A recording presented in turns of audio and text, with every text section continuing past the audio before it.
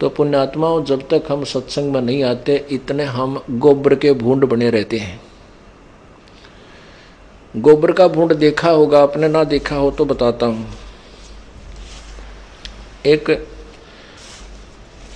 काला सा भूंड है, काला भूंड, काला, उसके जानवर सा होता है और उसके जो है ना पंख होते हैं।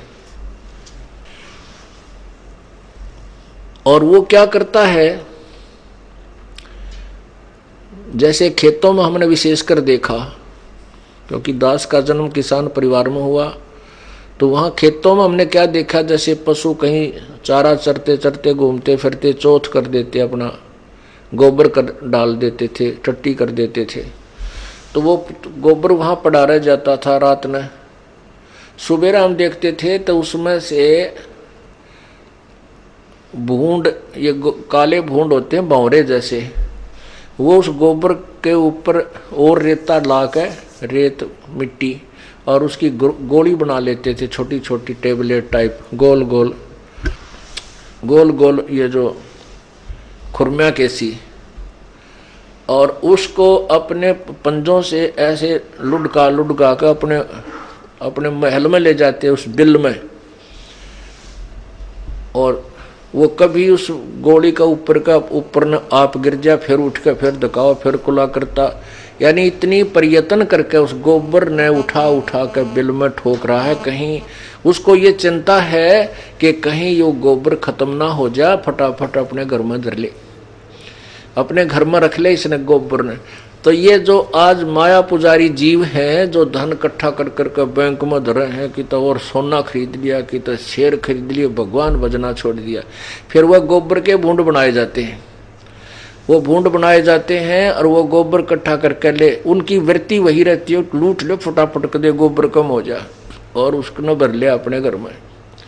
फिर क्या होता है कि कई एक तो हमने देखा, वो ऐसे ऊपर तले गिरते उड़ते, उस इतनी बड्डी को छोटा बनाओ, कौन बेईमान होया करें, अच्छा बड्डा गोला बनाकर उसमें दुकान ले जाओ, कभी ऊपर के गिर, और पशु के पैर के नीचे रस्ते ही माकर मर जाते हैं। अब वो गोबर वहां से ढो रहा था, वहां इकट्ठा कर दिया, वो ना उसका काम आया और वो मर गया बीच में। पुण्यात्मा एक उदाहरण है जो हमें अपने हृदय में समाना चाहिए, और इसी से हमें लाभ होता है। भले ये एग्जाम्पल्स हैं, परंतु हमारे लिए बहुत काम की चीज हैं। इस अज्ञान अंधेरे को हटाने के लिए ये बहुत काम आवेंगे। एक भंवरा था, भंवरा प्रतिदिन बाग में जाता था, महक आनंद लेता था। उसने एक दिन देखा कि एक आपका सजातीय भाई अज्ञानतावश, देख यहाँ इस गंदे गोबर को, इस गंदगी को के अंदर, और इसमें लटपट हो रहा है, इसने उठा उठा के इधर जमा कर रहा है, और इसको समझा दूं, इसको बता दूं कि चल बाग में बहुत अच्छी जगह है, वहाँ बड़े सुंदर सुंदर फूल हैं, बड़ी महक है, और वहाँ खाने के लिए भी कोमल कोमल पत्ते, फूलों की पंखुड़ियाँ हैं, वहाँ कोई दिक्कत नहीं है। तो अपने मित्र वो भूंड के पास बैठ गया भंवरा, और कहने लगा, भाई आजा तुझे बाग में ले चलूं, और वहाँ ऐसे ऐसे ठाठ है, ऐसे ऐसे महक आती है, वहाँ ऐसे ऐसे सुगंध है, पता नहीं कितनी वहाँ खुशियाँ हैं, अच्छी छाया है। और वो भूंड कहता, भाई मेरे काम में बाधा ना कर, मुझे काम करने दे, तू अपना काम कर, तू तो निठल्ला, तेरे को काम तो है नहीं, बकवाद भाव है, रोज बाग में जाता है, और मुझे समय नहीं है, और मेरा बहुत काम पड़ा, देख कितना गोबर यो चौथ पड़ा, इसको मैंने अपने घर रखना उठा उठा के। अब उसने एक दिन कहा, 2 दिन कहा, 3 दिन कहा, वो भूंड नाराज तो होया को नहीं, क्योंकि मित्र था, कहने लगा, भाई मेरे पास समय नहीं है। लेकिन उसको कुछ दिनों के बाद उसके अंदर से जो भंवरा बाग से आता भी, उससे मिलता, जाता भी मिलता। जब वो वापस आता तो उसके अंदर से बहुत सुंदर महक आती उस भूंड ने। तो कुछ देर वो बैठने लग गया छोड़ के उस गोबर की डली ने,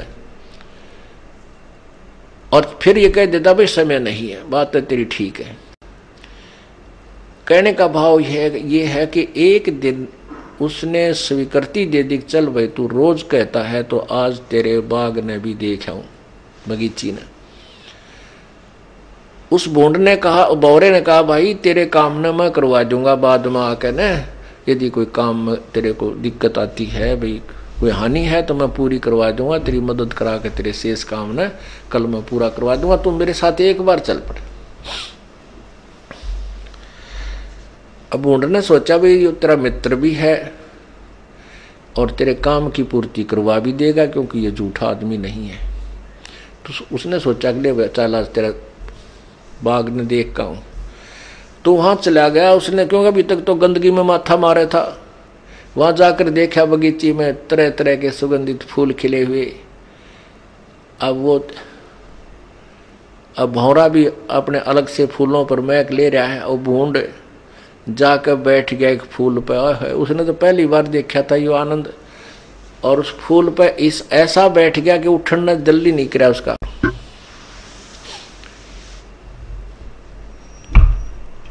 तो क्या हुआ कि शाम के समय वो फूल बंद हो गया, लेकिन वो भूंड नहीं उठा।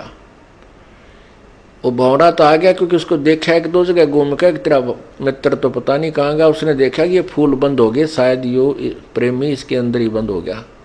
और कुछ ऐसे फूल होते थे उनमें बराबरों से पंखड़ियों के साथ से हवा आती रहती थी, वो भौरे मरते नहीं। तो उसने देखा कि आज जो फूल इस बगीचे में है ये बंद तो कर लेंगे लेकिन यहाँ मरेगा नहीं, तो सुबह देखूंगा इस ना के। तो सुबह क्या देखा कि वहां माली आया और वो फूल तोड़ ले गया जिसमें वो भूंड था। उनको पता होता है कि ये सुबह तक खिल जाएंगे, तो उसने क्या किया कि वो बाजार बेच दिया, उसको लेकर गए।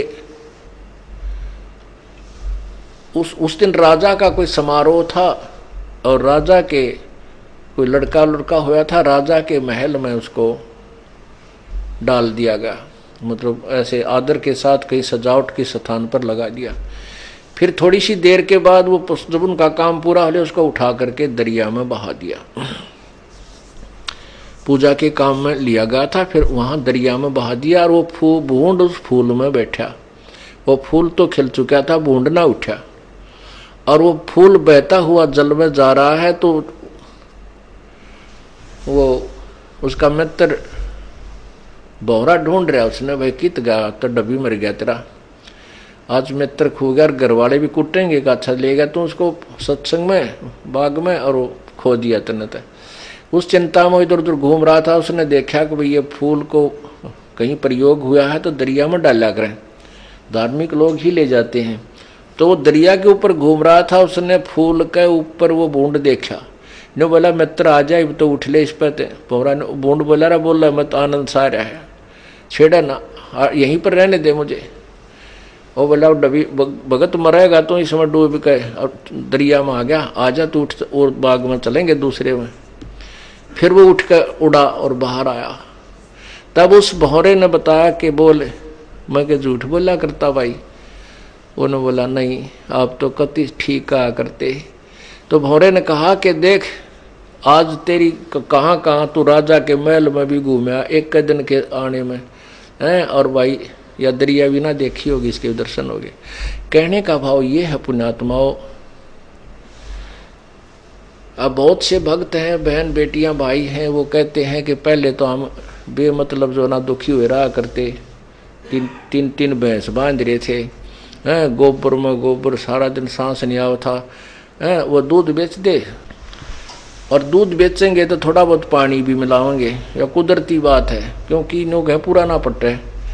अरे पूरा तो भगवान पाड़ेगा जब पट्टेगा, ये दूध में पानी या मिलावट कोई 2 नंबर के काम तो नहीं।